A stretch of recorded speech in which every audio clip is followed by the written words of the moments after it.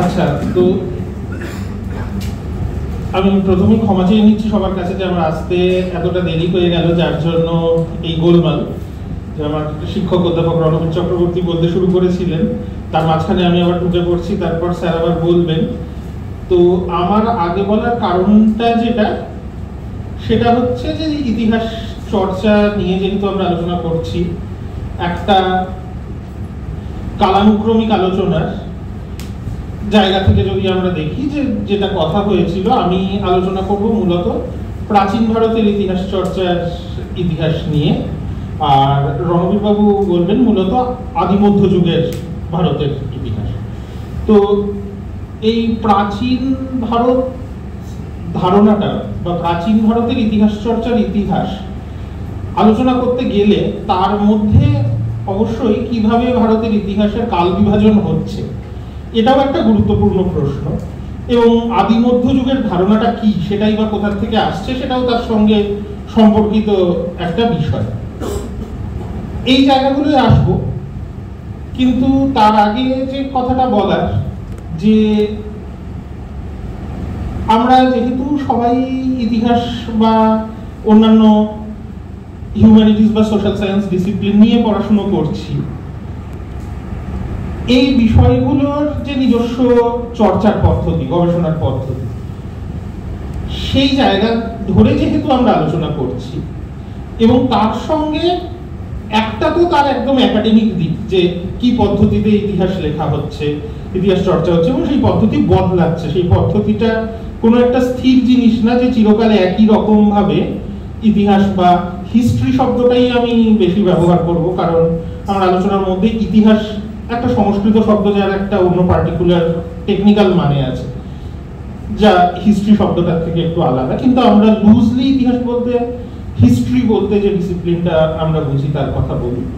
তো তার গবেষণার যে পদ্ধতি সময়ের সাথে সাথে যেটা বদলাচ্ছে, তার আলোচনা যেমন একটা দিক, আর একটা দিক হচ্ছে যেটাকে অনেক সময় আজকাল বলা হয় যে পাবলিক লাইফ অফ হিস্ট্রি, যে জনপরিসরে, জনজীবনে ইতিহাস নিয়ে আগ্রহ আছে। সেটা খুব ভালো কথা, সব বিষয় নিয়ে জনপরিসরে আগ্রহ থাকে না, কিন্তু তার আর একটা বিপজ্জনক দিক যেটা, যে ইতিহাস নিয়ে সবার এক একটা মতামত আছে। মতামত থাকা বা মতামত প্রকাশ করা সেটাও ভালো কথা, কিন্তু সেই মতামত সবসময় ইতিহাস চর্চার যে স্বীকৃত পদ্ধতি সেটা মেনে হচ্ছে সেটা নয়। এবং সেখান থেকে ইতিহাস বিকৃতি বলে একটা শব্দের কথা বারবার আসে। ইতিহাস বিকৃতি নানা রকম ভাবে হতে পারে, সবসময় যে শুধুমাত্র উপর থেকে চাপিয়ে দেওয়া ইতিহাস বিকৃতি আসে সেটা নয়, তার বিপদটা অনেক বেশি, কারণ তার পিছনে ক্ষমতার একটা সমর্থন থাকে। কিন্তু নানা ধরনের ইতিহাস বিকৃতি নানা রকম জায়গা থেকে হতে পারে। তো কিন্তু সাম্প্রতিক কালে ইতিহাস বিকৃতি, বিশেষ করে ভারতবর্ষের পরিসরে, এবং তার মধ্যে বিশেষ করে যেটাকে আমরা প্রাক আধুনিক ভারতবর্ষ বলি, যার মধ্যে প্রাচীন, আদি মধ্যযুগ, মধ্যযুগ, এই জায়গাগুলো সবকটাই পড়ছে, তার ইতিহাস নিয়ে কেন এই ইতিহাস বিকৃতির চেষ্টা, এর একটা তত্ত্বগত দিকের জায়গাও আছে।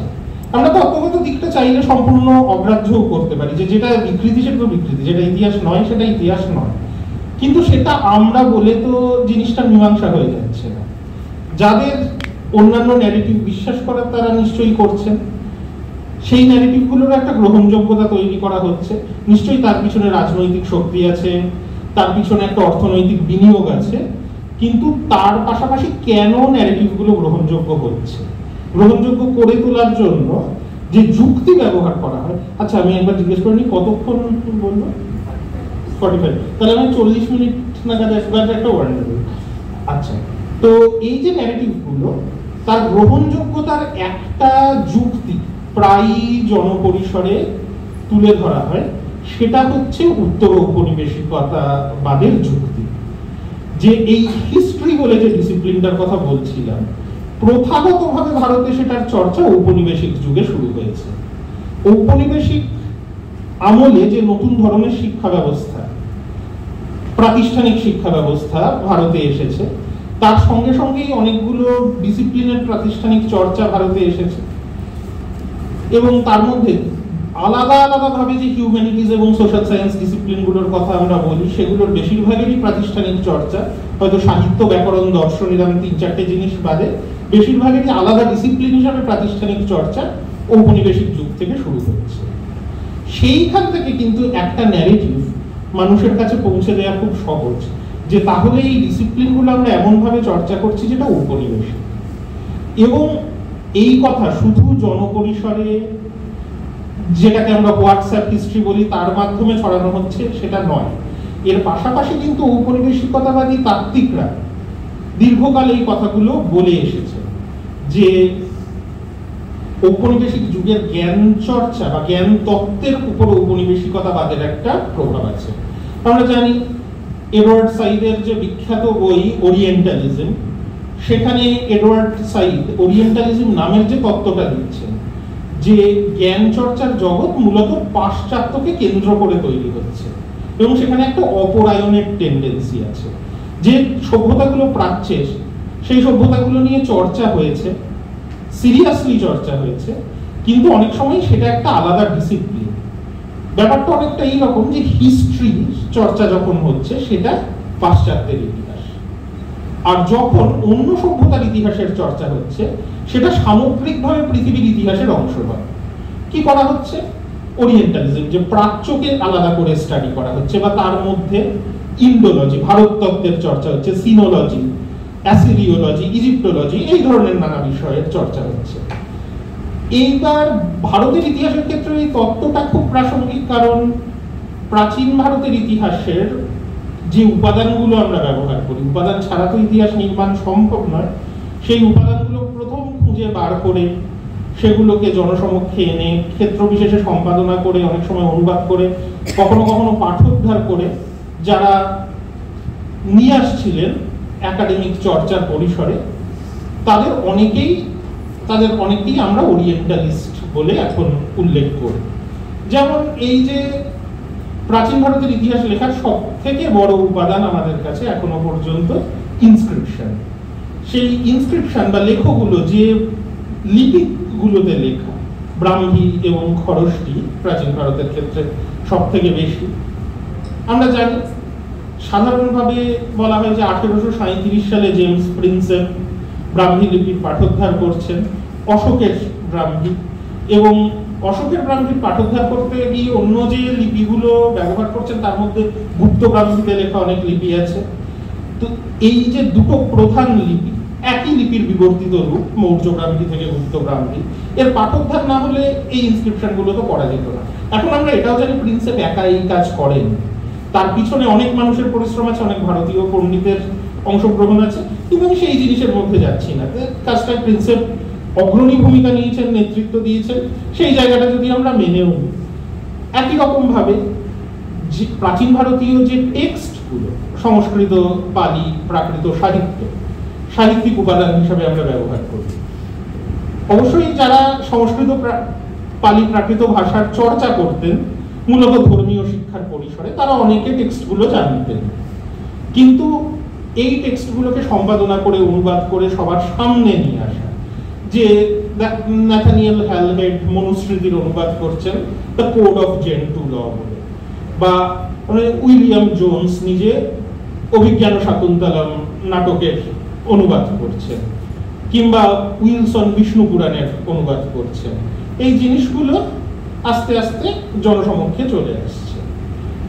এবং তার সঙ্গে একাডেমিক চর্চা, যেমন ধরা যাক রামায়ণ এবং মহাভারত দুটো টেক্সট হিসাবে, এগুলো তো ঔপনিবেশিক শিক্ষা না এলে লোকে রামায়ণ মহাভারত জানতো না সেটা নয়, দুটো টেক্সটই প্রচলিত ছিল, কিন্তু আধুনিক শিক্ষা ব্যবস্থা আসায় এবং ছাপাখানা আসায় প্রথম টেক্সটগুলোকে ছেপে বার করা হচ্ছে, ধরা যাক মহাভারতের ক্ষেত্রে।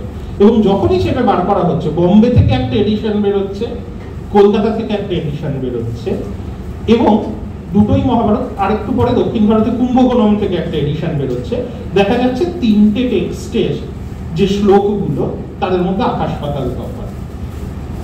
অন্তত 1/4 শ্লোক হয়তো সবকটা জায়গায় কমন, বাকি 3/4 শ্লোক কোন কোন ক্ষেত্রে শ্লোকটা এক, তার মধ্যে একটা দুটো শব্দ এদিক ওদিক আছে, কোনো কোনো প্যাসেজ একটা এডিশনে নেই, আরেকটা এডিশনে আছে। অনেক বিখ্যাত ঘটনা দেখা যাচ্ছে অনেক এডিশনে নেই, অনেক এডিশনে আছে। তখনই বোঝা গেল যে আধুনিক জ্ঞান চর্চার দৃষ্টিভঙ্গিতে এই টেক্সটকে যদি ব্যবহার করতে হয়, তাহলে কিন্তু যেরকম ভাবে বাইবেলের ক্রিটিক্যাল এডিশন তৈরি করা হয়েছে সেই একই পদ্ধতি করে আগে তো টেক্সটগুলোকে স্ট্যান্ডার্ডাইজ করতে হবে, তারপর তো তার ব্যবহার। এবং সেই করতে গিয়ে দেখা যাচ্ছে যে টেক্সটগুলো প্রচলিতও ছিল, যেমন মহাভারতের মতো একটা টেক্সট, কিভাবে প্রচলিত ছিল? অত বড় টেক্সট হাতে যখন নকল করা হচ্ছে, সাধারণত একজন লিপিকর গোটা মহাভারত নকল করতে পারেন না। তাহলে এক একটা পুঁথি, এক একটা পর্বের আলাদা আলাদা পুঁথি। পুনের ভান্ডারকর ওরিয়েন্টাল রিসার্চ ইনস্টিটিউটে যখন এই কাজ শুরু হলো ভিএস সুখঙ্করের নেতৃত্বে, শুধু দেখা গেল আদি পর্বেরই 200-র উপর ম্যানুস্ক্রিপ্ট আছে বিভিন্ন লিপিতে, এবং তাদের মধ্যে ডিসক্রিপেন্সিস। এই প্রত্যেকটা ম্যানুস্ক্রিপ্টকে জোগাড় করে প্রত্যেকটা শ্লোক ফুটিয়ে ফুটিয়ে করে একটা ক্রিটিক্যাল এডিশন তৈরি করতে 1919 থেকে 1966 সাল পর্যন্ত সময় লাগলো। এটা এমন একটা টেক্সট যেটা পাবলিক ডোমেনে ছিল। এবার যে টেক্সট পাবলিক ডোমেনে ছিল না, যেমন প্রাচীন সাহিত্যের উপাদান পড়তে গিয়ে বারবার দেখা যাচ্ছে কৌটিল্যের অর্থশাস্ত্রের রেফারেন্স আছে, কিন্তু টেক্সটটা তো 20 শতকের শুরুর আগে টেক্সটটা তো পাবলিক ডোমেনে নেই। এবং সেটা অ্যাক্সিডেন্টালি মাইসোরের একজন লাইব্রেরিয়ান শ্যামাশাস্ত্রী অ্যাক্সিডেন্টালি একটা পুঁথি আবিষ্কার করলেন, পরে বোঝা গেল এটাই কৌটিল্যের অর্থশাস্ত্র। তারপরেও একটা প্রশ্ন তখন থেকে যায়, তাহলে এই কৌটিল্য কি? কারণ এই কৌটিল্য নাম সব থেকে প্রমিনেন্টলি এর আগের থেকে প্রচলিত, যে বিশাখা দত্তের মুদ্রারাক্ষস নাটকে এই নামটা আছে। সেখানে কৌটিল্য হচ্ছেন চন্দ্রগুপ্ত মৌর্যর গুরু এবং মন্ত্রী চাণক্য। কিন্তু অর্থশাস্ত্রের যে পুঁথি পাওয়া গেল, পরে অন্য আরেকটা ভার্সনও পাওয়া গেল, তারপর আর.পি. কাংলে অর্থশাস্ত্রের ক্রিটিক্যাল এডিশন তৈরি করলেন। সেইখানে দেখা যাচ্ছে অর্থশাস্ত্রের যে দুখানা পূর্ণাঙ্গ এবং একটা অসম্পূর্ণ ম্যানুস্ক্রিপ্ট পাওয়া গেছে। কোথাও কি চাণক্য নামটা ব্যবহার হয়েছে? কোথাও কি মৌর্য যুগের কোনো কথা সরাসরি বলা আছে? কোন কোন ইতিহাসবিদ বলবেন যে আছে, গোটা অর্থশাস্ত্রে না হলেও মৌর্য যুগের কথা ওইভাবে সরাসরি বলা নেই, কিন্তু মেগাস্থিনিসের বিবরণে যে শাসন ব্যবস্থার বর্ণনা দেখা যাচ্ছে, বা অশোকের ইনস্ক্রিপশনে যে পদগুলোর আমরা উল্লেখ পাচ্ছি, তার কিছু কিছুর সঙ্গে অর্থশাস্ত্রের কোনো কোনো জায়গায়, বিশেষ করে অধ্যক্ষ প্রচার বলে যে অংশটা আছে, তার মিল আছে। কিন্তু গোটা টেক্সটটাকেই মৌর্য যুগে কম্পাইল্ড এবং মৌর্যদের একজন মন্ত্রী সেটা রচনা করেছেন, এর কোনো উল্লেখ কি গোটা অর্থশাস্ত্রে রয়েছে? এবং এত গুরুত্বপূর্ণ একজন মন্ত্রী, নিশ্চয়ই অর্থশাস্ত্রেও আছে, অশোকের ইনস্ক্রিপশনেও মন্ত্রী পরিষদের কথা আছে, মন্ত্রীরা আছেন, সবই ঠিক আছে। কিন্তু কিংবদন্তির যে চাণক্য, যিনি এত গুরুত্বপূর্ণ একজন মানুষ, চন্দ্রগুপ্ত মৌর্যকে প্রায় তিনি পরিচালনা করেছেন। সত্যি কথা, মেগাস্থিনিসের গোটা বিবরণ পাওয়া যায় না, কিন্তু মেগাস্থিনিসের বিবরণের অনেকটা অংশ পাওয়া যায়। যে অংশগুলো পাওয়া যায় সেটা মূলত মৌর্য প্রশাসনেরই বর্ণনা। কোথাও কি মেগাস্থিনিস এত ইনফ্লুয়েন্সিয়াল একজন মন্ত্রী মৌর্য রাজসভায় আছেন, তাকে মিট করছেন একজন বিদেশি দূত হয়ে, এর উল্লেখ আছে? তাহলে মুদ্রারাক্ষস নাটকটাই বা কবে লেখা? মুদ্রারাক্ষস নাটকটা খ্রিস্টীয় 5ম শতকের আগে কোনো মতেই লেখা নয়। কেউ কেউ আরো পরে ডেট করছেন, 5ম শতকের ডেটটা ধরার একটা কারণ আছে, যে বিশাখা দত্তের আরেকটা নাটকের উল্লেখ পাওয়া যায় দেবী চন্দ্রগুপ্তম বলে, যেটা দ্বিতীয় চন্দ্রগুপ্তর রাজা হওয়ার ঘটনা নিয়ে নাটক, এবং সম্ভবত দ্বিতীয় চন্দ্রগুপ্ত যেভাবে রাজা হয়েছেন সেটাকে জাস্টিফাই করার জন্য তার একজন সভাকবি লিখছেন, এটা একটা সম্ভাবনা। এবং মুদ্রারাক্ষসের কোনো কোনো কোলোফনেও একজন রাজার স্তুতি পাওয়া যায় যার নাম চন্দ্রগুপ্ত, যদিও সেই চন্দ্রগুপ্ত দ্বিতীয় চন্দ্রগুপ্তও হতে পারে, বা নাটকের নায়ক চন্দ্রগুপ্ত মৌর্যও হতে পারে। কিন্তু সব মিলিয়ে দেখলে একটা পসিবিলিটি দাঁড়ায় যে 5ম শতকে দ্বিতীয় চন্দ্রগুপ্ত যখন রাজত্ব করছেন তখনকার লোক হতে পারে বিশাখা দত্ত। কি বড় জোর ধরলাম 4র্থ শতকের শেষে দ্বিতীয় চন্দ্রগুপ্ত রাজা হয়েছেন, তার আগের মানুষ বিশাখা দত্ত নন। সেটা কিন্তু চন্দ্রগুপ্ত মৌর্যর সময়ে 700 বছরেরও পরে, অন্তত তার আরো বেশি হতে পারে। তার ভিত্তিতে আমরা কিভাবে কৌটিল্য আর চাণক্যকে এক করে দেখব? এই প্রশ্নগুলো যে আসছে, এর পিছনে যে পদ্ধতি, এই পদ্ধতি পাশ্চাত্য থেকে আসা, এই নিয়ে কোনো সন্দেহের জায়গা নেই। কিন্তু তার থেকে তাহলে এই কনক্লুশনটাকে ড্র করা যায় যে ইতিহাস চর্চা যেভাবে হয়েছে এটা পাবলিক ডোমেনে খুব ব্যবহৃত একটা কথা। যে ইংরেজরা যেভাবে শিখিয়ে গেছেন আমরা সেইভাবেই ইতিহাস চর্চা করছি, তাহলে আমরা যাকে ইতিহাস বিকৃতি বলছি বা বলছি যে একটা সাম্প্রদায়িকীকরণ হচ্ছে ইতিহাসে, সেটাকে অনেকে দাবি করছেন ঔপনিবেশিকীকরণ, যে ঔপনিবেশিক প্রভাব কাটিয়ে দেশীয়, বারবার এই শব্দগুলো ব্যবহার হয়, সব থেকে বেশি যে শব্দ আমরা সবাই মোটামুটি প্রাতিষ্ঠানিক শিক্ষা ব্যবস্থার সঙ্গে জড়িত, তো ইন্ডিয়ান নলেজ সিস্টেম বা ইন্ডিজেনাস নলেজ সিস্টেম নামের একটা শব্দবন্ধের যে আক্রমণ চারিদিক থেকে আসছে, সেটা আমরা, তার মানে এতদিন যে চর্চা হচ্ছে সেটা একটা অভারতীয় পদ্ধতি, এখন কি ভারতীয় পদ্ধতি তার উপর আরোপ করা হচ্ছে? এটা কিন্তু একটা তাত্ত্বিক প্রশ্ন, এই প্রশ্নটাকে অ্যাড্রেস করা দরকার, এমন নয় যে এই প্রশ্নটাকে অগ্রাহ্য করা যায়। সেই জন্য আমি যে আলোচনাটা বাকি অংশে করব, যদি আমি একটু দেখি যে ঔপনিবেশিক ইতিহাস রচনা প্রাচীন ভারতের ক্ষেত্রে, যেহেতু ঔপনিবেশিক যুগেই ইতিহাস লেখা শুরু হচ্ছে, আমি বেশি গুরুত্ব দেব ঔপনিবেশিক ইতিহাস রচনা কি। তারপর তাহলে তো আমরা বুঝতে পারবো যে যারা মূল আক্রমণের লক্ষ্যবস্তু, এইটা মজার কথা, এরা বলছেন ঔপনিবেশিকীকরণ, কিন্তু এরা তো ঔপনিবেশিক ইতিহাস রচয়িতাদের আক্রমণ করছেন না, যে এরা ভিনসেন্ট স্মিথের বা জেমস মিলের বা জেমস প্রিন্সেপের সমালোচনা করছেন না, সমালোচনা তো করছেন মূলত বামপন্থী এবং উদারপন্থী ইতিহাসবিদদের। যদিও যারা সমালোচনা করছেন তারা সবাইকেই বামপন্থী বলে, কিন্তু তারা সবাই নেসেসারিলি বামপন্থী ইতিহাসবিদ নয়। আবার বামপন্থী ইতিহাসবিদদের সবাইকে মার্ক্সবাদী বলা হয়, কিন্তু ভারতের মার্ক্সবাদী ইতিহাস চর্চার সঙ্গে ওভারঅল মার্ক্সবাদী ইতিহাস রচনার যে মূল ধারা তারও কিছু তফাৎ আছে পদ্ধতিগত, সেই জায়গাগুলোতেও আমরা আসবো। কিন্তু আমাদের প্রশ্নটা হচ্ছে তাহলে এই যে বামপন্থী এবং উদারপন্থী, এবং আরেকটা শব্দ রণবীর বাবুই আমার দৃষ্টি আকর্ষণ করেছিলেন এই শব্দটার দিকে, তো হারমান কুলকে এই শব্দটা ব্যবহার করেছিলেন নন অ্যালাইনড হিস্টোরিয়ানস, বাংলা করলে হতে পারে নৈর্গোষ্ঠিক ইতিহাসবিদ, যারা কোনো একটা পার্টিকুলার গোষ্ঠীতে বিলং করছেন। তো এই বামপন্থী, উদারপন্থী এবং নৈর্গোষ্ঠিক ইতিহাসবিদরা তারা কি ঔপনিবেশিক পদ্ধতিটাই অনুসরণ করছেন? এটা আমার একটা প্রশ্ন। তৃতীয় প্রশ্ন হচ্ছে, আমরা যেটাকে সাম্প্রদায়িক ইতিহাস রচনা বলছি, যারা এই ইতিহাস রচনা করছেন তারা নিজেদের সাম্প্রদায়িক বলেন না নিশ্চয়, তারা বলেন তারা জাতীয়তাবাদী ইতিহাস রচনা করছেন। কিন্তু জাতীয়তাবাদী ইতিহাস রচনার ধারা বলেও একটা ধারা তো অনেক দিন ধরে আছে। তাহলে এই প্রত্যেকটা পদ্ধতি নিয়ে যদি আমরা ভেবে দেখি যে ঔপনিবেশিক ইতিহাস চর্চাটা কি ছিল, জাতীয়তাবাদীরা কি সেটাকে চ্যালেঞ্জ করেছিল, তারপর বামপন্থী, উদারপন্থী এবং নৈর্গোষ্ঠিক ইতিহাসবিদরা কি ঔপনিবেশিক পদ্ধতিটাই অনুসরণ করলেন, এবং বর্তমান সাম্প্রদায়িক বা হিন্দুত্ববাদী যে ইতিহাস ব্যাখ্যা, সেটা কি সত্যি জাতীয়তাবাদী ব্যাখ্যাকে ফিরিয়ে আনছে এবং ঔপনিবেশিক ব্যাখ্যাকে চ্যালেঞ্জ করছে? আমার আর্গুমেন্ট হচ্ছে না, বরঞ্চ কেন না আমি সেইটা নিয়ে আলোচনা করব, কিন্তু আমার যেটা বক্তব্য সেটা হচ্ছে যে জাতীয়তাবাদী ইতিহাস রচনার প্রেক্ষিত কিন্তু আলাদা। জাতীয়তাবাদী ইতিহাস রচনার সঙ্গে ঘনিষ্ঠভাবে সম্পর্কিত হচ্ছে অ্যান্টি কলোনিয়াল জাতীয়তাবাদী আন্দোলন, যেটা সেই সময় চলছিল, সেটার একটা ঐতিহাসিক প্রেক্ষিত আছে। সেই প্রেক্ষিত থেকে উঠে আসা জাতীয়তাবাদী ইতিহাস চর্চা তারও অনেক সীমাবদ্ধতা আছে, সেই প্রশ্নেও আমরা আসবো।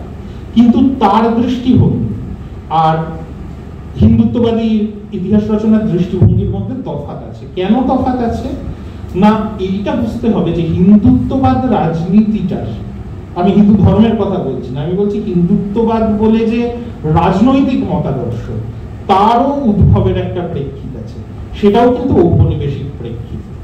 কারণ ঔপনিবেশিক রাজনীতির যে ডিভাইড অ্যান্ড রুল পলিসি এবং তার থেকে জন্ম নেওয়া দ্বিজাতি তত্ত্ব, এই দ্বিজাতি তত্ত্ব, আমরা হিন্দুত্ববাদ শব্দটা বলছি বারবার, এটা গুলি দেওয়ার একটা চেষ্টা হয় যে হিন্দুত্ববাদের সমালোচনা করা মানে হিন্দু ধর্মের সমালোচনা করা, দুটো এক জিনিস নয়। তার মানে আমি এটা বলছি না হিন্দু ধর্মের সমালোচনা করা যাবে না, কিন্তু আমি বলছি পদ্ধতিগতভাবে যখন হিন্দুত্ববাদের সমালোচনা হচ্ছে, তখন তো জ্ঞান চর্চার একটা ধারার সমালোচনা হচ্ছে।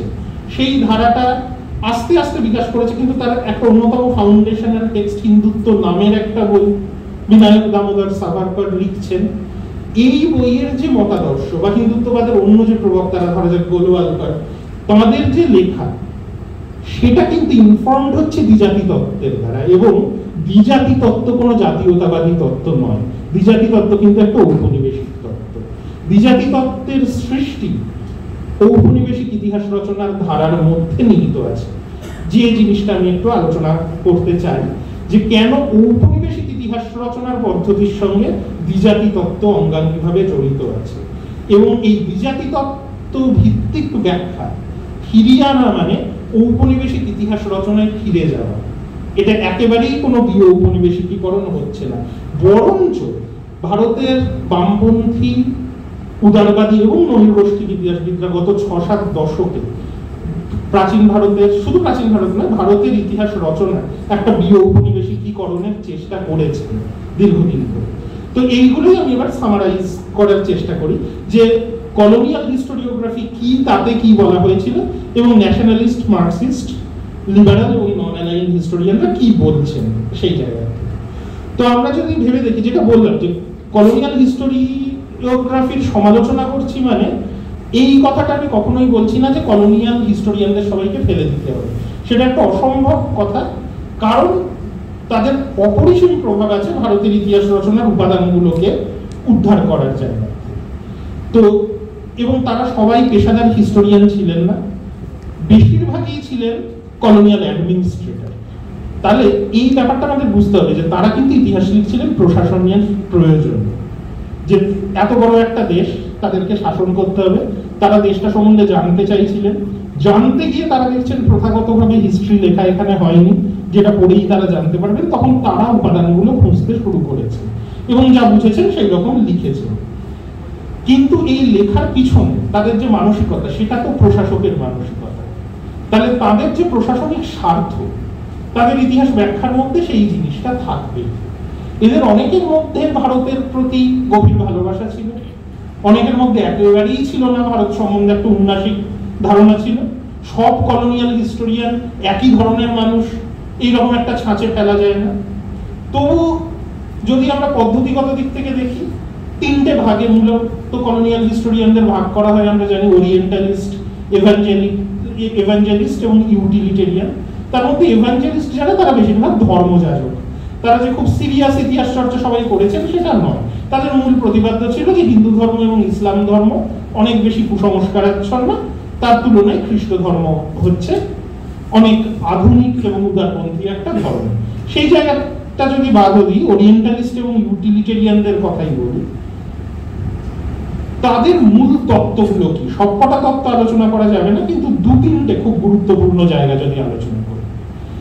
একটা জায়গা হচ্ছে যে যেখান থেকে তারা শুরু করেছিল, যে প্রাচীন ভারত সম্বন্ধে জানতে গেলে হিস্টোরিক্যাল সোর্স খুঁজতে গিয়ে তারা দেখছেন নেই। সেইখান থেকে একটা আর্গুমেন্ট তৈরি হচ্ছে প্রাচীন ভারতে ইতিহাস চেতনা ছিল না। এবার কেন ছিল, এই কেন ছিল না ব্যাখ্যায় চলে আসছে যে এরা মনে করছে, যেমন এ ম্যাকডোনেল যখন সংস্কৃত সাহিত্যের ইতিহাস লিখছেন, উনি বলছেন ancient India wrote no history because it never made any. এইখানে উন্নাসিকতার জায়গা চলে আসছে, যে লিখে রাখার মতো কিছু গুরুত্বপূর্ণ ঘটনাই হয়নি, তাই এরা লেখে। সবাই সেরকম মনে করেননি। কারণ ইজে র্যাপসন যখন কেমব্রিজ হিস্ট্রি অফ ইন্ডিয়া লিখছেন, উনি বলছেন যে না, দেখা তো যাচ্ছে প্রাচীন ভারতে অনেক গুরুত্বপূর্ণ ঘটনা হয়েছে, কিন্তু যে সাহিত্যগুলো লেখা হয়েছে, ব্রাহ্মণরা, বৌদ্ধ এবং জৈনরা লিখেছে, তাতে কোনো ইতিহাস বোধ নেই। কেন ব্রাহ্মণ, বৌদ্ধ, জৈনদের কথা বলেন, এখানেই একটা ইন্ডিকেশন যে তাহলে যে বিপুল সাহিত্য প্রাচীন ভারতে লেখা হয়েছে, কলোনিয়াল হিস্টোরিয়ানরা মনে করছেন এগুলো মূলত ধর্মীয় সাহিত্য। বারবার এই সাহিত্যকে বর্ণনা করতে গেলে ব্রাহ্মণ, বৌদ্ধ আর জৈনদের সাহিত্যের কথা আসছে, অ্যাজ ইফ ধর্মীয় সাহিত্য ছাড়া আর কোনো সাহিত্য প্রাচীন ভারতে রচিত হয়নি।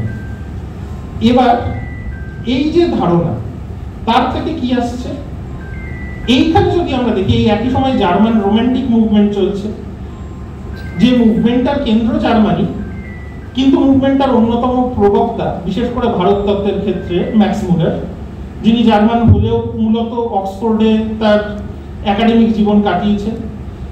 এবং এই রোমান্টিক মুভমেন্টে একটা আর্গুমেন্ট আসছে যে শিল্প বিপ্লব পরবর্তী ইউরোপের যে জীবন, সেই জীবন অনেক বেশি মেটেরিয়ালিস্টিক, বস্তুবাদ কেন্দ্রিক, এবং বস্তুবাদের থেকে নানা রকম সমস্যা, যেমন ধনবৈষম্য, অত্যধিক ভোগবাদ, এরকম নানা রকম সমস্যা আসছে। তো ম্যাক্স মুলারের বিখ্যাত একটা পুস্তিকা India what can it teach us, যেখানে ম্যাক্স মুলার আবার এই জিনিসটাকে গ্লোরিফাই করছেন যে এই যে কেন ব্রাহ্মণ বৌদ্ধ জৈনরা টেক্সট লিখছেন কিন্তু তারা ইতিহাসের বিবরণ দিচ্ছেন না, কারণ ভারতীয় সভ্যতা একটা আধ্যাত্মিক সভ্যতা। ভারতীয় সভ্যতা পাশ্চাত্যকে কি শেখাবে? আধ্যাত্মিকতা। তো এই আধ্যাত্মিকতা যেহেতু শেখাবে, আর ভারতীয় আধ্যাত্মিকতা কি? ব্রাহ্মণ বৌদ্ধ জৈনদের আধ্যাত্মিকতা, এই তিনটেই হচ্ছে মোক্ষ কেন্দ্রিক আধ্যাত্মিকতা, যে যার লক্ষ্য হচ্ছে মোক্ষ বা নির্বাণ। অর্থাৎ বস্তু জগৎটা হয় বেদান্ত বলছে এটা মায়া, বৌদ্ধরা বলছে মায়া নয় কিন্তু দুঃখময় একটা জগৎ, যেখান থেকে মুক্তি পাওয়াটাই হচ্ছে মূল লক্ষ্য। তাহলে ভারতীয়দের চিন্তা ভাবনার পুরো ওরিয়েন্টেশনটাই হচ্ছে আদার ওয়ার্ল্ড, বস্তু জগতের সঙ্গে সম্পর্কিত নয়। আর ইতিহাস মানে বস্তু জগতের বিবরণ, তো বস্তু জগতের খুঁটিনাটির বিবরণ কেন ভারতীয়রা মনে রাখে? ম্যাক্স মুলার যে প্রায় 50 খণ্ডে একটা সিরিজ বার করান, sacred books of the east, তো প্রাচ্যের সাহিত্য, যদিও তার বেশিরভাগই ভারতীয় সাহিত্য, কিন্তু সিক্রেট বুকস এই কথাটা বারবার আসছে যে ভারতীয় সভ্যতার সঙ্গে ধর্মীয় একটা অনুষঙ্গ বারবার জুড়ে যাচ্ছে। এই দ্বিজাতি তত্ত্বের কথা যখন আসবো, এর ভিত কিন্তু এইটা, এখনো যে আমরা চারপাশে মতবাদ শুনছি, প্রাচীন ভারতের গ্লোরিফিকেশনের সঙ্গে মিশে যাচ্ছে একটা ধর্মের অনুষঙ্গ, একটা নির্দিষ্ট ধর্মের। এইটা কেন হচ্ছে? আর একটা বড় তত্ত্বের কথা, তাহলে একদিকে হচ্ছে আদার ওয়ার্ল্ডলি এনশিয়েন্ট ইন্ডিয়ান সিভিলাইজেশন, যার কারণে কোনো ইতিহাস বোধ ডেভেলপ করেনি এবং ডেভেলপ না করায় কোনো ইতিহাস লেখা হয়নি, ইতিহাস চেতনার অভাব। এটা কলোনিয়াল জ্ঞান তত্ত্বের একটা দিক, যে ভারতীয় সভ্যতা অধ্যাত্ম কেন্দ্রিক, বাস্তব জীবন কেন্দ্রিক নয়, এবং প্রাচীন ভারতে ইতিহাস বোধ ছিল না। আর একটা দিক যেটা নিয়ে প্রচুর শোরগোল চারিদিকে, এর সঙ্গেই জুড়ে যাচ্ছে আর্য জাতির যে ধারণা। এই ধারণাও ওরিয়েন্টালিস্ট হিস্টোরিওগ্রাফি থেকে এসেছে, কারণ আমরা এগেইন জানি যে উইলিয়াম জোনস অন্যতম প্রধান একজন প্রাচ্যবাদী তাত্ত্বিক, তিনি সংস্কৃত ভাষা শিখতে গিয়ে খেয়াল করলেন যে গ্রিক এবং ল্যাটিন ভাষার সঙ্গে সংস্কৃত ভাষার একটা সাদৃশ্য আছে। এইখান থেকে সেই সময়ে লিঙ্গুইস্টিক্সেরও একটা বিষয় হিসাবে এমার্জেন্স হচ্ছে, এবং ইন্দো ইউরোপীয় ভাষা পরিবার বলে একটা ধারণা এলো। যেটা আমাদের খেয়াল রাখার, জোনস যে তত্ত্ব দিয়েছিলেন সেটা কিন্তু ভাষা নিয়ে, এই তত্ত্ব কিন্তু রেস নিয়ে নয়। কিন্তু সমসাময়িক ইউরোপের যে জ্ঞান চর্চার জগৎ, সেখানে রেস বা রেসের যদি আমরা বাংলা করি নরগোষ্ঠী, তার একটা ধারণা কিন্তু খুব গুরুত্বপূর্ণ একটা ধারণা হয়ে উঠছে। এটা সেই সময়ের একটা ব্যাপার, সমকালীন বিজ্ঞানের জগতেও এই জিনিসটা হচ্ছে। তখন অ্যানথ্রোপোলজির একটা বিষয় হিসাবে বিকাশ হচ্ছে, এবং এই যে বিভিন্ন সমাজ বিজ্ঞানের কথা বলছি, তো অ্যানথ্রোপোলজিকেও তখন ডমিনেট করছে কিন্তু রেশিয়াল অ্যানথ্রোপোলজি, যে অ্যানথ্রোপোলজিস্টরা বিভিন্ন জনগোষ্ঠীর প্রোফাইলিং করছেন, তাদের দেখতে কেমন, খুলির মাপ কি, চেহারা কেমন, এবং যেভাবে জুওলজি বা বোটানির জগতে বিভিন্ন প্রাণী এবং উদ্ভিদের ক্লাসিফিকেশন হয়, একই পদ্ধতিতে মানুষকে বিভিন্ন রেসে ভাগ করা হচ্ছে। তো এই জিনিসটা সমাজ বিজ্ঞানের অবদান নয়, জিনিসটা সমকালীন বিজ্ঞানের অবদান। এখন বিজ্ঞান এই জায়গা থেকে সরে এসেছে, বিজ্ঞান আর রেসকে একটা ভ্যালিড ক্যাটেগরি বলে মনে করে না। কেন মনে করে না? ডিএনএ স্টাডিজ এর বিকাশের পর দেখা যাচ্ছে যে পৃথিবীতে যত মানুষ এখন রয়েছে সবাই একই প্রজাতিভুক্ত, শুধু একই প্রজাতিভুক্ত নয়, একই উপপ্রজাতিভুক্ত, যে হোমো স্যাপিয়েন্স সেপিয়েন্স। তাই মানুষকে বিভিন্ন রেসে ভাগ করা যায় না। মানুষের চেহারা, আচার আচরণের যে পার্থক্যগুলো, সেগুলোর কারণ জিন নয়, সেগুলোর কারণ পরিবেশ। এবং ডিএনএ স্টাডিজ, ডেভিড রাইট বা অন্য যারা সাম্প্রতিককালে চর্চা করছেন, তারা দেখাচ্ছেন যে মানুষের ইতিহাসটা আসলে বিভিন্ন জনগোষ্ঠীর সংমিশ্রণের ইতিহাস। এক একটা জনগোষ্ঠী আলাদাভাবে আছে, তার ইতিহাস নয়। আফ্রিকায় মানুষের উদ্ভব, সেখান থেকে মানুষ নানা জায়গায় মাইগ্রেট করেছে এবং ইন্টারমিক্সে রয়েছে, কিন্তু সেই ধারণা তখন ছিল না। তো রেসের ধারণা আর ল্যাঙ্গুয়েজের ধারণা গুলিয়ে যায়। গুলিয়ে গেলে যেটা হয়, তাহলে ইউরোপের যে প্রাচীন সভ্যতা, তার প্রতিষ্ঠাতা ছিলেন গ্রিক এবং রোমানরা, যারা গ্রিক এবং ল্যাটিন ভাষায় কথা বলতেন। ভারতের প্রাচীন সভ্যতার প্রতিষ্ঠাতা হচ্ছেন যারা সংস্কৃত ভাষায় বৈদিক সাহিত্য রচনা করছেন। তাহলে এরা একই ভাষা গোষ্ঠীর থেকে এসেছে, এবং ভাষাগোষ্ঠীকে রেসের সঙ্গে গুলিয়ে ফেলা হচ্ছে, মানে ইন্দো ইউরোপিয়ান ভাষাগোষ্ঠীর সঙ্গে যে ককেশিয়ান রেস, এবং তার আরো প্রাচীন একটা নাম বার করা হচ্ছে বেদ থেকে, এবং পারস্যের যে ধর্মগ্রন্থ আবেস্তা সেখানে আইরিয়া, যেখান থেকে ইরান নামটা শেষ পর্যন্ত এসছে, তারই একটা সংস্কৃত রূপ হচ্ছে আর্য। যদিও আর্য বলে কোনো জনগোষ্ঠীর কথা ওইভাবে বেদে নেই, আবেস্তায় আছে, ওই একটা ল্যান্ডকেও ডিমার্কেট করছে ইত্যাদি। ভারতে পরে যে আর্যাবর্ত শব্দটা এসছে সেইটার কনোটেশন কি সেটা কিন্তু একটু আলাদা, যাই হোক সেটা আজকে আমি এই প্রসঙ্গে যাচ্ছি না। তো এইখান থেকে যেটা দেখা যাচ্ছে যে জনগোষ্ঠী এবং ভাষাগোষ্ঠীকে গুলিয়ে ফেলা হচ্ছে। এইখানে যুগ বিভাজনের প্রশ্নটাও চলে আসছে, কারণ এই যে গ্রিক রোমান সভ্যতা, যাকে ইউরোপের ইতিহাসে বলা হয় ক্লাসিক্যাল সভ্যতা, এই ক্লাসিক্যাল সভ্যতার অবসান ঘটেছিল কিভাবে? যে গিবন বা অন্য ইতিহাসবিদরা বলছে বারবেরিয়ান ইনভেশন, বর্বর জাতিগোষ্ঠীর আক্রমণে পশ্চিম রোমান সাম্রাজ্যের পতন ঘটল। এবং এই বর্বর জাতি যাদের বলা হচ্ছে স্যাক্সন, কেল্ট, ভ্যান্ডাল, গথ, এরা মধ্যযুগের ইউরোপকে ডমিনেট করছেন, এবং মধ্যযুগ হচ্ছে একটা ধর্মকেন্দ্রিক সভ্যতা। মধ্যযুগের অবসান ঘটে আধুনিক যুগ কখন আসছে? যখন ওই প্রাচীন গ্রিক রোমান সংস্কৃতির পুনর্জাগরণ বা রেনেসাঁস ঘটছে। ইউরোপের ইতিহাসকে তিনটে স্তরে ভাগ করা হচ্ছে। এখন জেমস মিল যখন হিস্ট্রি অফ ব্রিটিশ ইন্ডিয়া লিখলেন, আপনারা সবাই জানেন যে ইউরোপের ইতিহাসের এই তিনটে ভাগকেই উনি ভারতের ইতিহাসের উপর আরোপ করলেন, কিন্তু তাদের নাম ক্লাসিক্যাল, মিডিয়েভেল এবং মডার্ন না দিয়ে মিল দিলেন হিন্দু এজ, মুসলিম এজ এবং ব্রিটিশ। এইখানে ওরিয়েন্টালিস্টদের তত্ত্বের সঙ্গে ইউটিলিটেরিয়ান যে তত্ত্বে মিল বিশ্বাসী ছিলেন, ওরিয়েন্টালিস্টরা হয়তো প্রাচীন ভারতকে গ্লোরিফাই করেছেন, যে প্রাচীন ভারতের আধ্যাত্মিকতা থেকে আমাদের অনেক কিছু শেখার আছে। ইউটিলিটেরিয়ানরা তার উল্টো, ইউটিলিটেরিয়ানরা মনে করেন যে প্রাচীন ভারতীয় সভ্যতা ধর্মীয় সভ্যতা, আধুনিক সভ্যতা সেকুলার সভ্যতা, যার জন্য ব্রিটিশ এজ, খ্রিস্টান এজ নয়। কিন্তু তার আগের দুটো হচ্ছে হিন্দু এজ এবং মুসলিম এজ। এখন এই তত্ত্বের সমস্যা কি? অনেকগুলো সমস্যা আমরা সাধারণ আমাদের যে ইতিহাস বোধ এখন তার থেকেই দেখতে পাই, যে এক তো ভাষা এবং জনগোষ্ঠীকে গুলিয়ে ফেলার প্রবলেম আছে। হিন্দু এজ, মুসলিম এজ মানে কি? প্রাচীন ভারতে সবাই হিন্দু ছিলেন, এক তো হিন্দু বলে কোনো ধর্ম তখন ছিল না, তবু আমি ধরে নিচ্ছি যে বৈদিক ধর্ম অনুসারী বা যার যেগুলোকে আস্তিক দর্শন বলা হয়েছে সেগুলোকেই যদি আমি হিন্দু বলে ধরি। প্রাচীন ভারতে সবাই কি তাতে বিশ্বাসী ছিলেন? বৌদ্ধরা, জৈনরা, চারবাকরা, আজীবিকরা ছিলেন না? এরকম তো নয়। আচ্ছা, মধ্যযুগে কি সবাই মুসলিম ছিলেন? মধ্যযুগে কি ভারতের সংখ্যাগরিষ্ঠ মানুষ মুসলিম ছিলেন? সেটাও না। তাহলে হিন্দু এজ, মুসলিম এজের মানে এটা নয়। তাহলে কি? মিল খুব স্পষ্টই করে দিচ্ছেন যে শাসকের ধর্ম। কেন? কারণ ভারতীয় সভ্যতা ধর্মকেন্দ্রিক, শাসকরাও তার ব্যতিক্রম না। শাসন পদ্ধতিতে কোনো পরিবর্তন সেইভাবে হয়নি। কি পরিবর্তন হয়েছে? শাসকরাও তাদের ধর্মগ্রন্থ অনুযায়ী শাসন করে।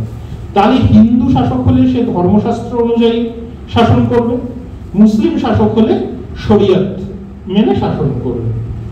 এর ইমপ্লিসিট অর্থটা হচ্ছে, এখানেই দ্বিজাতি তত্ত্বের ব্যাপার, যে ব্রিটিশরা যদি চলে যায়, ইউটিলিটেরিয়ান তত্ত্ব, তো ইউটিলিটেরিয়ানিজমের মূল কথা বেনথাম বলে গেছিলেন, greatest happiness of the greatest number of people, সেটা ব্রিটিশ শাসনই সুনিশ্চিত করতে পারে। কেন? কারণ ভারতীয়রা তো ধর্ম অনুসারে শাসন করে, অর্থাৎ ব্রিটিশ শাসন চলে গেলে শাসক যদি হিন্দু হয় তাহলে ভারত একটা হিন্দু রাষ্ট্র হবে, শাসক যদি মুসলিম হয় তাহলে একটা মুসলিম রাষ্ট্র হবে। ভেবে দেখুন, মিল অনেক আগে লিখেছেন, অষ্টাদশ শতকে, কিন্তু 1940s এই কনসার্নটাই কিন্তু পার্টিশনের দিকে ভারতকে নিয়ে যায়, যে শাসকের ধর্ম অনুযায়ী আমরা শাসিত হব। অথচ এই সমস্যা কিন্তু ভারতের এত শতাব্দীর ইতিহাসে হয়নি। 1192 সাল থেকে শুরু করে 1857 অব্দি টেকনিক্যালি ভারতের প্রধান শাসকেরা ইসলাম ধর্মাবলম্বী ছিলেন। তাতে ভারত কিন্তু মুসলিম সংখ্যাগরিষ্ঠ একটা এলাকায় পরিণত হয়নি।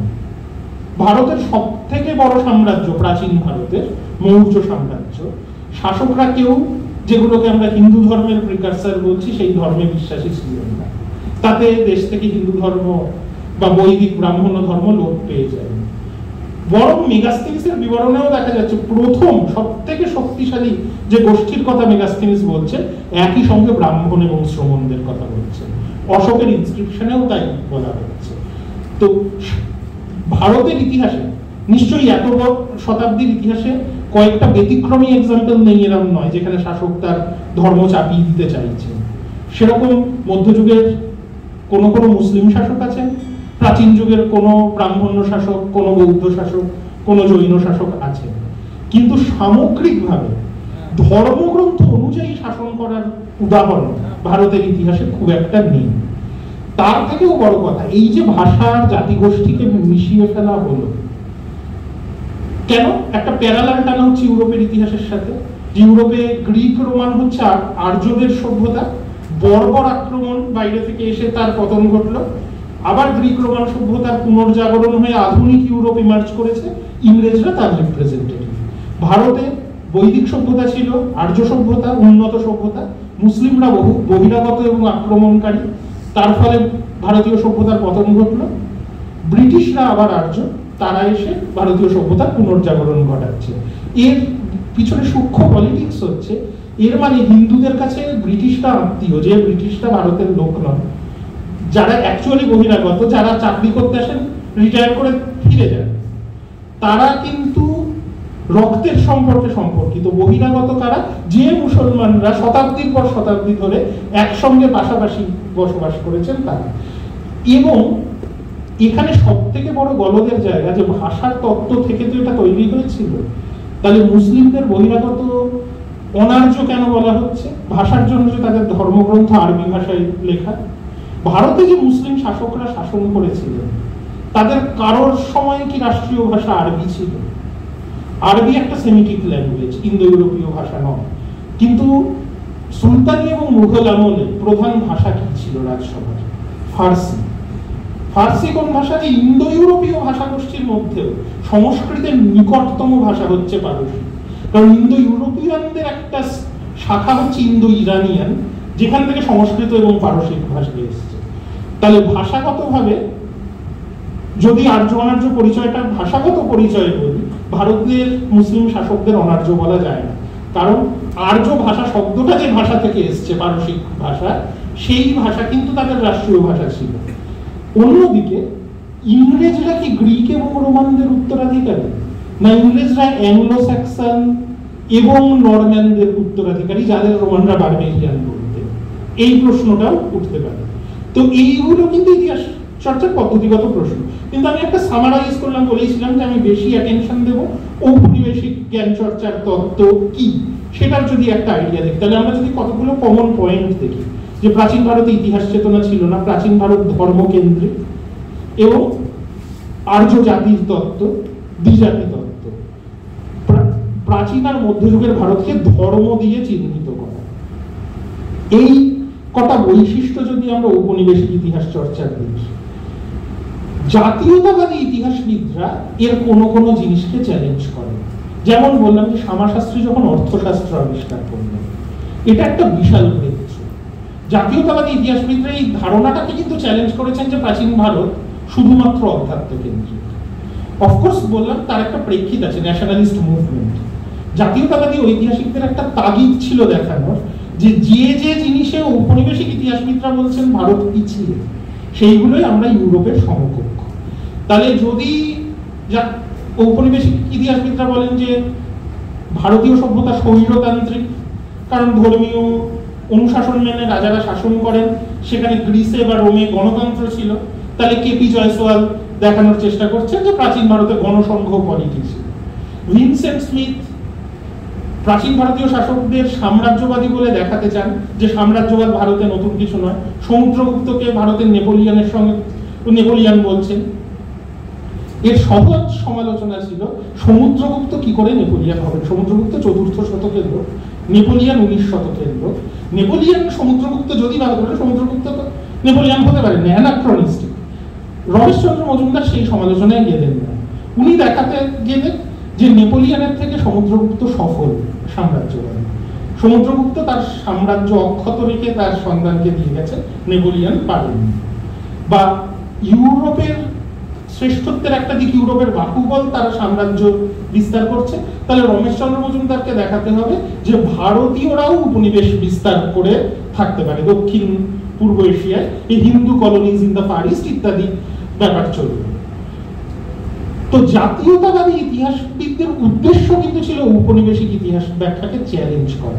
এইটা হিন্দুত্ববাদী ইতিহাস ব্যাখ্যার সঙ্গে জাতীয়তাবাদী ইতিহাস চর্চার একটা বড় তফাৎ, যে জন্য জাতীয়তাবাদী ইতিহাসবিদরা কোনোদিন বলেননি, তাদের অনেক সমস্যার জায়গা আছে যেগুলো কয়েকটা উদাহরণ দিলাম, কিন্তু তারা কোনোদিন বলেননি যে বিশ্বাসের ভিত্তিতে ইতিহাস লিখতে হবে। বরঞ্চ যে কাজটা কলোনিয়াল হিস্টোরিয়ানরা করেছিলেন, যে তথ্য প্রমাণ বার করে উপাদান খুঁজে তারা একটা তত্ত্ব খাড়া করেছে, জাতীয়তাবাদী ইতিহাসবিদরাও তথ্য প্রমাণের ভিত্তিতে অন্য একটা গ্লোরিফিকেটরি ইতিহাস লেখার চেষ্টা করছে। কিন্তু এতে ব্যাপারটা হলো যে স্ট্রাকচার ইতিহাস লেখার, ঔপনিবেশিক ইতিহাসবিদরা যেটা ঠিক করে দিয়েছিলেন তার থেকে জাতীয়তাবাদী ইতিহাসবিদরা বেরোতে পারলেন না। ওই একই স্ট্রাকচারে যে প্রশ্নগুলো ঔপনিবেশিক ইতিহাসবিদরা তুলেছেন সেগুলোরই অন্য ব্যাখ্যা জাতীয়তাবাদী ইতিহাসবিদরা দিলেন।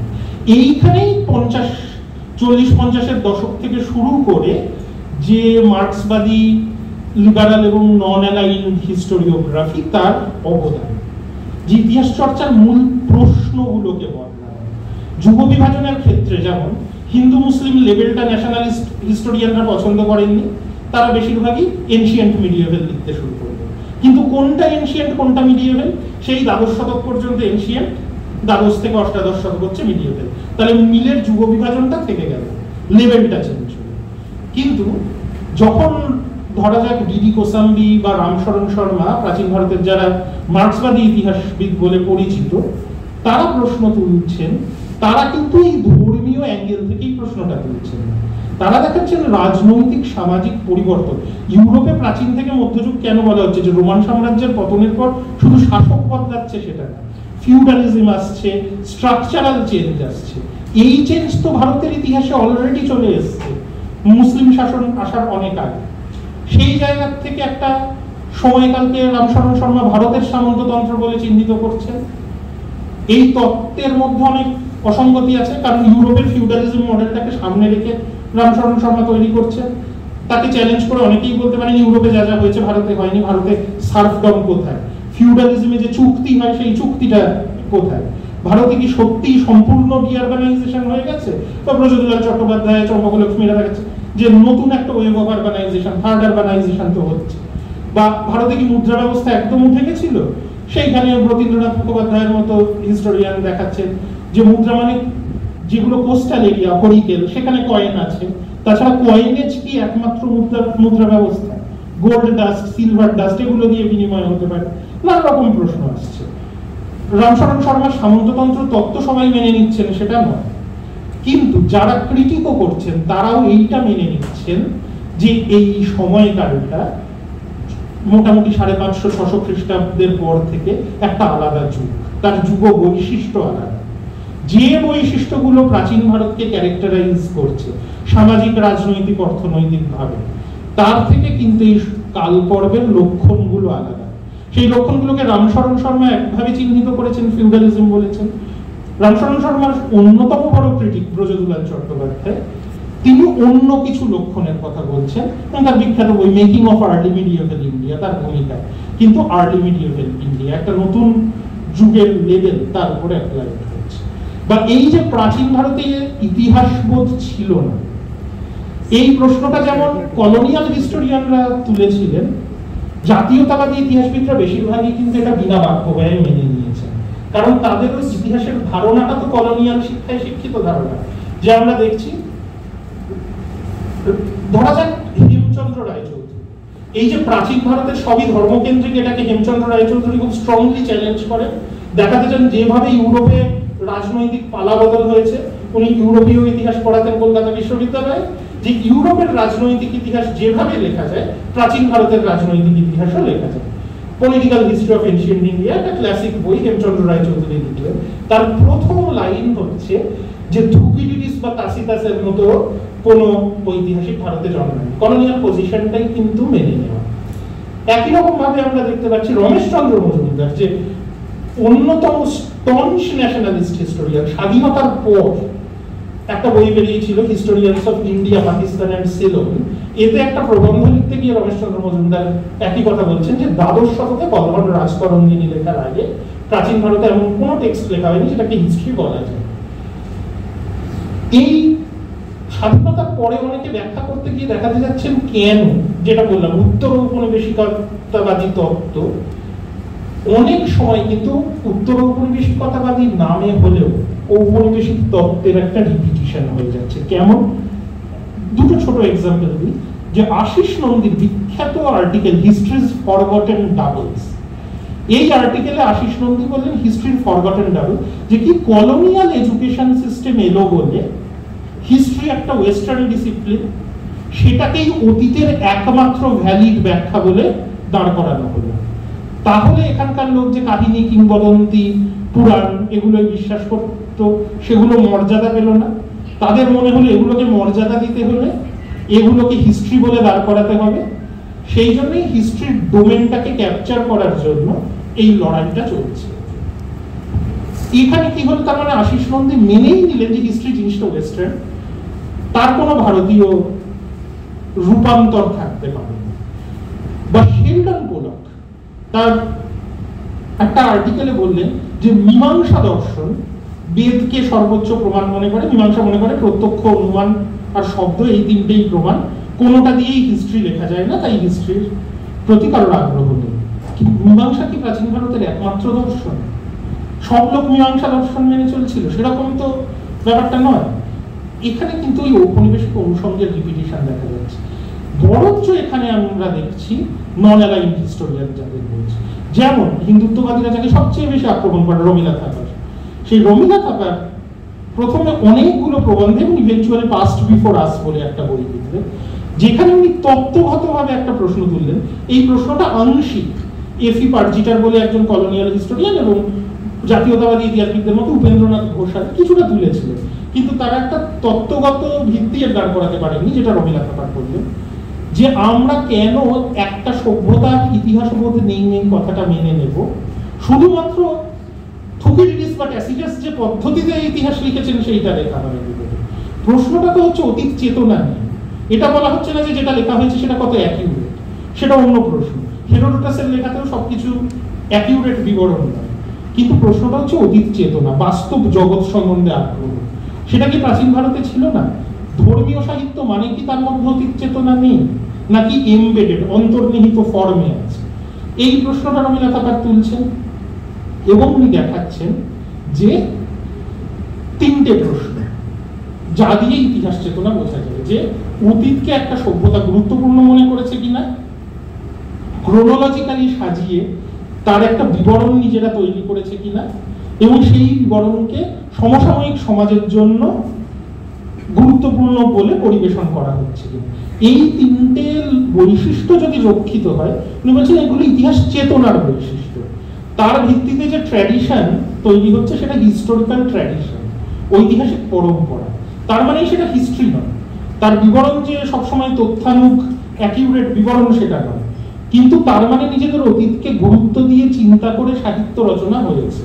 প্রথম দিকে সেটা হয়েছে এমবেডেড ফর্মে, ধর্মীয় পরম্পরার মধ্যে, বৈদিক সাহিত্যে, চারণ কবিদের সাহিত্যে, যেখান থেকে পরে ইতিহাস পুরাণ সাহিত্য তৈরি হয়েছে, এবং শ্রমণীয় পরম্পরা। বৌদ্ধরা বুদ্ধের জীবনী লিখছেন, অবদান সাহিত্য লিখছেন, বৌদ্ধ ধর্মের অন্য গুরুত্বপূর্ণ ব্যক্তি কারা, তাদের অবদান কি মনে করে। দীপবংশ মহাবংশে অ্যাকচুয়ালি একটা মোনাস্টারি তার ক্রনিকল তৈরি করছে, এরকম অনেক উদাহরণ আছে। তারপর আস্তে আস্তে রাজসভার সাহিত্যে সেটা ট্রান্সফার্ড হচ্ছে, এমবেডেড থেকে এক্সটার্নালাইজড হচ্ছে, যে রাজারা ইনস্ক্রিপশনে তাদের একটা জিনিওলজিক্যাল বিবরণ দিচ্ছেন। কোন রাজা যখন বিতর্কিতভাবে রাজা হচ্ছেন, তার সভাকবি তার রাজা হওয়াকে জাস্টিফাই করার জন্য কখনো নাটক লিখছেন, দেবীচন্দ্র উত্তমের কথা বললাম, কখনো চরিত সাহিত্য, যে হর্ষচরিত, বিক্রমাঙ্গদেব চরিত, রামচরিত, এগুলো লেখা হচ্ছে। আবার অনেক জায়গায় রিজিওনাল ক্রনিকল, কোথায় প্রান্তিক অঞ্চলে, প্রান্তিক অঞ্চলে যখন স্টেট ফরমেশন হচ্ছে, তারা সেই রিজিয়নের হিস্ট্রি লিখছে এমন ভাবে যাতে এই গঙ্গা যমুনা দোয়াবের মেইন স্ট্রিমের সঙ্গে তাকে কানেক্ট করা যায়। এইভাবেই হিমালয়ের একটা পার্বত্য অঞ্চল চম্বা, তারা চম্বা বংশাবলী লিখছে, একইভাবে কিন্তু কাশ্মীর একটা প্রান্তিক অঞ্চল যেখানে রাজতরঙ্গিনী লেখা হচ্ছে। তাহলে এই আগের ট্র্যাডিশন গুলোকে না বুঝলে রাজতরঙ্গিনীকে কিন্তু বোঝা যাবে না। হতেই পারে রাজতরঙ্গিনীর পদ্ধতি হিস্ট্রির সঙ্গে অনেকটা ম্যাচ করে। গোটা রাজতরঙ্গিনীর কি করে, রাজতরঙ্গিনীতে কলহন তার আগের 300 বছরের মোটামুটি যখন বিবরণ দিচ্ছেন সেটা অনেকটাই তথ্য প্রমাণ নির্ভর, কিন্তু রাজতরঙ্গিনীর প্রথম অংশটা কিন্তু একেবারেই ইতিহাস পুরাণ পরম্পরা থেকে উঠে আসা। নীলমত পুরাণ বলে কাশ্মীরের একটা স্থানীয় পুরাণ এবং বিতস্তা মাহাত্ম্য বলে একটা স্থল পুরাণ, এই দুটোর ভিত্তিতে লেখা। তাই প্রাচীন ভারতের ঐতিহাসিক পরম্পরা থেকে বাদ দিয়ে রাজতরঙ্গিনীকে কিন্তু দেখা যায়। এই জিনিসগুলো কিন্তু নন অ্যালাইন্ড হিস্টোরিয়ানরাই তুলে ধরছেন, বা তার আগে মার্কসিস্ট হিস্টোরিয়ান। আমি শেষ করবো যেটা দিয়ে, যে এই মার্কসিস্ট হিস্টোরিয়ান মার্কস ইতিহাসের যে ব্যাখ্যা দিচ্ছিলেন। আমরা জানি যে মার্কস মোড অফ প্রোডাকশনের ভিত্তিতে উৎপাদন ব্যবস্থার পরিবর্তন অনুসারে যুগ পরিবর্তন ঘটে। উৎপাদন ব্যবস্থা হচ্ছে ভিত্তি, বাকি সব সুপারস্ট্রাকচার, এইটা মার্কসের বক্তব্য। সেখান থেকে মার্কস যে স্টেজ থিওরি দিয়েছিলেন যে slave society followed by feudal society followed by capitalist society. এটা তো পশ্চিম ইউরোপের ইতিহাসের ভিত্তিতে তৈরি। যে স্লেভ সোসাইটির কথা মার্কস বলছেন সেটা প্রাচীন গ্রিস রোমের ধারণার থেকে ফিউডালিজম মধ্যযুগের ইউরোপের একটা বৈশিষ্ট্য, এবং ক্যাপিটালিস্ট সোসাইটি মার্কসের সমসাময়িক সমাজ। অন্যান্য দেশের ইতিহাসের ক্ষেত্রে যখন বেশি বেশি উপাদান আবিষ্কার হলো দেখা গেল এই মডেল সবসময় খাটেনি। প্রাচীন ভারতে দাস প্রথা ছিল, কিন্তু ঠিক স্লেভ ইকোনমি বলার মতো পরিস্থিতি কখনো হয়নি। সামন্ততন্ত্র ছিল কি ছিল না সেই বিতর্ক পরে এসছে, কিন্তু প্রাথমিকভাবে মনে হচ্ছে ইউরোপের আদলের ফিউডালিজম ছিল না। যখন ভারতের ইতিহাস লেখা শুরু হচ্ছে কলোনিয়াল পিরিয়ডে বা মার্কসের সময়ে, তখন কিন্তু ভারতে ক্যাপিটালিস্ট সোসাইটিও পুরোপুরি আসেনি। তাহলে ভারতের ইতিহাসকে মার্কসবাদীরা কিভাবে ব্যাখ্যা করবে? একটা উপায় হতো সীমাবদ্ধতা মেনে নেওয়া, যে এই মডেলটা ইউরোপের ক্ষেত্রে যতটা প্রযোজ্য অন্যান্য সভ্যতায় নয়। মার্কস সেই জিনিসটা করেন। মার্কসের সামনে উপাদানও অনেক কম ছিল এখনকার তুলনায়, কিন্তু মার্কস শেষ জীবনে একটা অন্য তত্ত্ব দিলেন, এশিয়াটিক মোড অফ প্রোডাকশন। যে ইতিহাসের যে যুগ পরিবর্তন এটা এশিয়ায় শুরুই হয়নি, কারণ এশিয়া অনেক পশ্চাৎপদ। তার উৎপাদন ব্যবস্থা পুরোটাই হচ্ছে রাষ্ট্র সব জমির মালিক, ওরিয়েন্টাল ডেসপটিজম এশিয়ায় চলে, এটাই কোনো বদল নেই। তাহলে আমরা যদি ধরে নিই ভারতের বামপন্থী ইতিহাসবিদরা সবাই মার্কসবাদী, তাহলে মেনে নিতে হয় সবাই এই ব্যাখ্যা মেনে নিয়েছেন। কিন্তু একটু আগেই যে আলোচনা করলাম যে মার্কস কিন্তু মনে করেননি ভারতে ফিউডাল সোসাইটি ছিল, কিন্তু কোসাম্বি এবং আর এস শর্মা মনে করেছেন। কারণ মার্কসবাদী ইতিহাসবিদ মানে এমন নয় এরা মার্কসের ভারত সম্পর্কিত ব্যাখ্যা মেনে নিয়েছে। ভারতের বামপন্থী বা মার্কসবাদী ইতিহাস চর্চা একটা পদ্ধতিগত ধারণা। কোন পদ্ধতি? যে এই যে ধর্ম আর রাজনৈতিক ইতিহাস কেন্দ্রিক ইতিহাস না লিখে সমাজ এবং অর্থনীতির প্রসেসগুলোকে ইতিহাস চর্চার কেন্দ্রে নিয়ে আসা। এখানে কোসাম্বির উপর যেমন মার্কসবাদী ইতিহাস চর্চার প্রভাব ছিল, তেমনই কিন্তু প্রায় সমসাময়িক আনাল স্কুল অফ হিস্ট্রির একটা প্রভাব ছিল। যে জন্য কোসাম্বি, তার পদ্ধতির নাম কোসাম্বি নিজে বলছেন কম্বাইন্ড মেথডস ইন ইন্ডোলজি। যেমন আনাল স্কুল টোটাল হিস্ট্রির কথা বলছে, তারও একটা প্রভাব কিন্তু আছে। এবং সেই জন্যই কোসাম্বির ধারায় রমিলা থাপার এবং ব্রজদুলাল চট্টোপাধ্যায় দুজনেই কোসাম্বির দ্বারা প্রভূতভাবে প্রভাবিত, কিন্তু এরা দুজনেই কিন্তু ফিউডালিজমের মডেল থেকে অনেকটা সরে এসছে। যদি রমিলা থাপারের আর্লি ইন্ডিয়া বইটা আমরা দেখি, উনি যুগ পরিবর্তনের কথা বলছেন, গুপ্ত যুগটাকে থ্রেশহোল্ড টাইমস বলছেন, কিন্তু ফিউডালিজম, ইনফিউডেশন শব্দগুলো উনি একবারও ব্যবহার করেননি। আদি মধ্যযুগের উপর যে চারটে চ্যাপ্টার লিখেছে, আদি মধ্যযুগ নিয়ে স্যার বলবেন, সেই বিষয়ে আমি আর যাচ্ছি না। তাহলে এই প্রশ্নটা আমাদের ভেবে দরকার যে গত কয়েক দশকে প্রথম সারির ভারতীয় ইতিহাসবিদরা কিন্তু ঔপনিবেশিক জ্ঞান চর্চাকে ডিকনস্ট্রাক্ট করার কাজটাই করে গেছে, এই প্রশ্নগুলোরই উত্তর দিয়েছেন। তাদেরকে যারা আক্রমণ করছেন বর্তমান সাম্প্রদায়িক ইতিহাস চর্চায়, তারা তার বদলে কি বলছে? যে ভারতের ইতিহাসকে হিন্দু এবং মুসলিম দুটো ধর্মের নিরিখে দেখতে হবে, প্রাচীন যুগকে একটা হিন্দু গ্লোরিয়াস সভ্যতা হিসাবে দেখতে হবে, মধ্যযুগকে একটা মুসলিম শাসনকাল, এনসিইআরটির নতুন টেক্সট বুক যেটা বলছে যে একটা ব্রুটালিটি এবং ইনভেশনের সময় হিসাবে দেখতে হবে, এবং প্রাচীন ভারতীয় সভ্যতা মানে ধর্মকেন্দ্রিক, ইন্ডিয়ান নলেজ সিস্টেম মানে basically religious literature.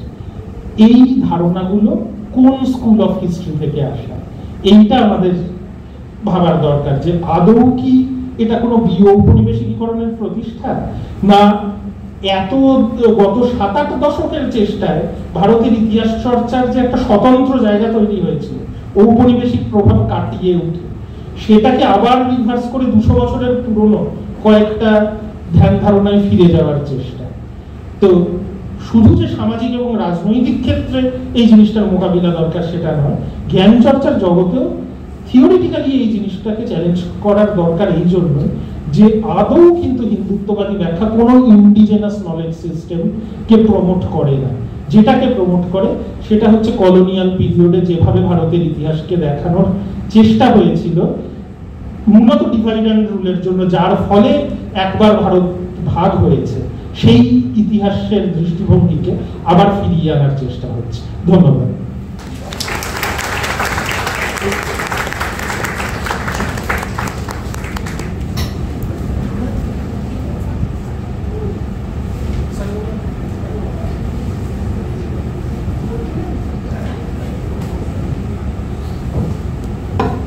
Doctor Kanak Sinha আমাদের একটা বৃহত্তর প্রেক্ষাপটে আলোচনাটাকে নিয়ে গেছেন। প্রাচীনদের বিভিন্ন স্তরে বিভিন্নভাবে হিস্টোরিয়ানসরা যেভাবে দেখিয়েছেন সেই আলোচনাটা করেছেন। এই পরবর্তী পর্যায়টা আমাদের অধ্যাপক রণবীর চক্রবর্তী।